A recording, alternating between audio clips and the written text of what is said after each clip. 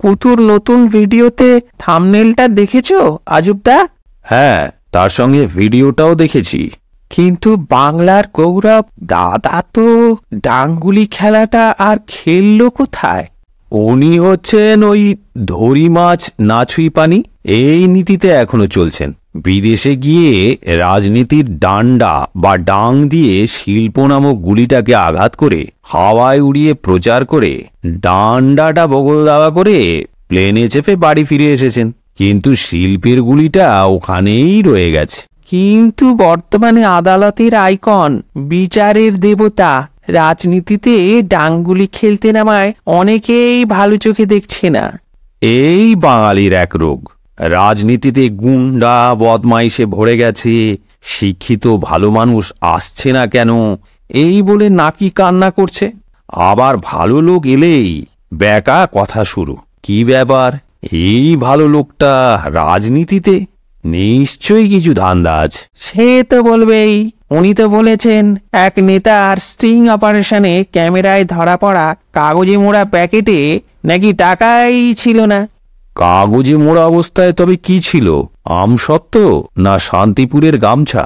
আমসত্ত্ব তো খেতে দেখিনি, তবে গামছা গলায় জড়িয়ে পার্টির কাজ করতে দেখেছি ওনাকে। আচ্ছা, ধর একজন অশিক্ষিত দুর্নীতিগ্রস্ত অমানুষ, যে কিনা রাতের অন্ধকারে বাড়ির মেয়েদের পিঠে বানাতে পার্টি অফিসে ডাকে, আর একজন যে শিক্ষিত সুস্থ রুচিবান মানুষ, এই দুজনের মধ্যে কে তোর বাড়ির দরজায় এসে ভোট চাইলে তুই খুশি হবি? সে যে পার্টিতেই দাঁড়া।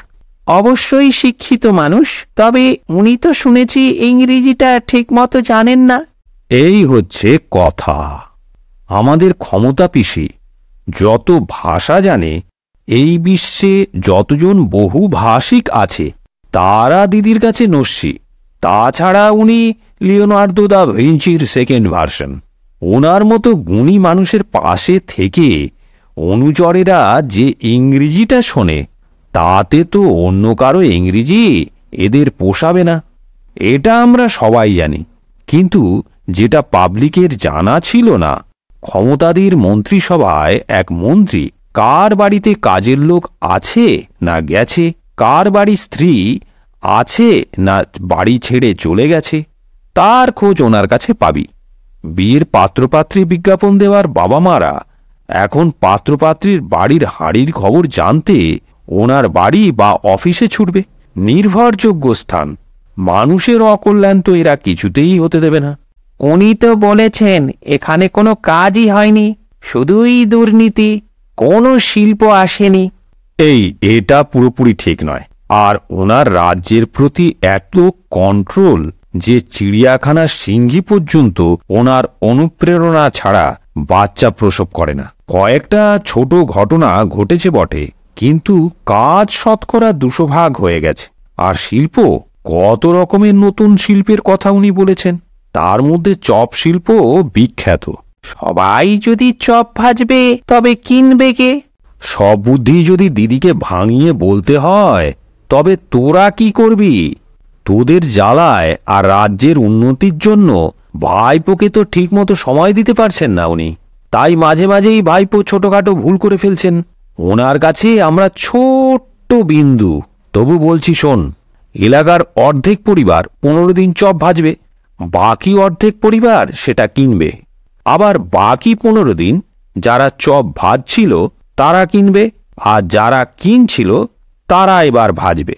মাসের শেষে সবাই ক্রেতা, সবাই বিক্রেতা, সবাই চপ শিল্পপতি। ভুবন নামেতে এক বেদরা ভালো, তার ছিল এক পিসি। ভুবনের দোষ দেখে দেখি তো না, সে পিসি সর্বনাশী। ওটা পিসি নয়, মাসি হবে। বিদ্যাসাগর মশায়ের বর্ণপরিচয়ে 2য় ভাগের গল্প পরে বিখ্যাত গল্প টেনিদায় নারায়ণ গাঙ্গুলি বাবু এই মজার ছড়াটা লিখেছিলেন। বয়স হয়েছে তো, এখনকার পরিস্থিতিতে পিসি মাসি সব গুলিয়ে গেছে। তবে এখানেও গাঙ্গুলি বাবু। তুই এখনকার ছড়া হয়ে বর্ণ পরিচয় পড়েছিস জেনে খুশি হলাম। আচ্ছা আজব, বাম দিকের অবস্থানটা কি? এরা তো সেকুলার কমিউনিস্ট। হরিতকিদা, বাম দিকের বিধি বাম না হলে বাম ভাবাপন্ন এই রকম একজন পপুলার মানুষ কিনা ডান দিকে চলে গেল। এই ভোট পর্বে ওনার বিরুদ্ধে কি শব্দ ও বাক্য প্রয়োগ করবে তা ভেবে পোড় খাওয়া অনেক বাম নেতা বেশ চিন্তায় আছে। কারণ দুই একজন বাদ দিলে এরা বাচাল লেঝিন দোকান কাটা সস্তা নেতা নয়। এরা কুৎসা করে না, এরা কুৎসা শোনে না, এরা কুৎসা দেখেও না, তবে ঐতিহাসিক ভুল করে। বাদ দাও রাজনীতির এই কচকচানি, এবার একটা ভূতের গল্প বলো। সে কি রে, বাম দিক থেকে ডান দিকে শ্মশান ভূমির মতো চারিদিকে ভূতে ছড়াছড়ি। তার অদ্ভুত আজগুবি গল্প শুনলি, আবার ভূত, অন্যদিন শুধু ভূতের গল্প শুনিস।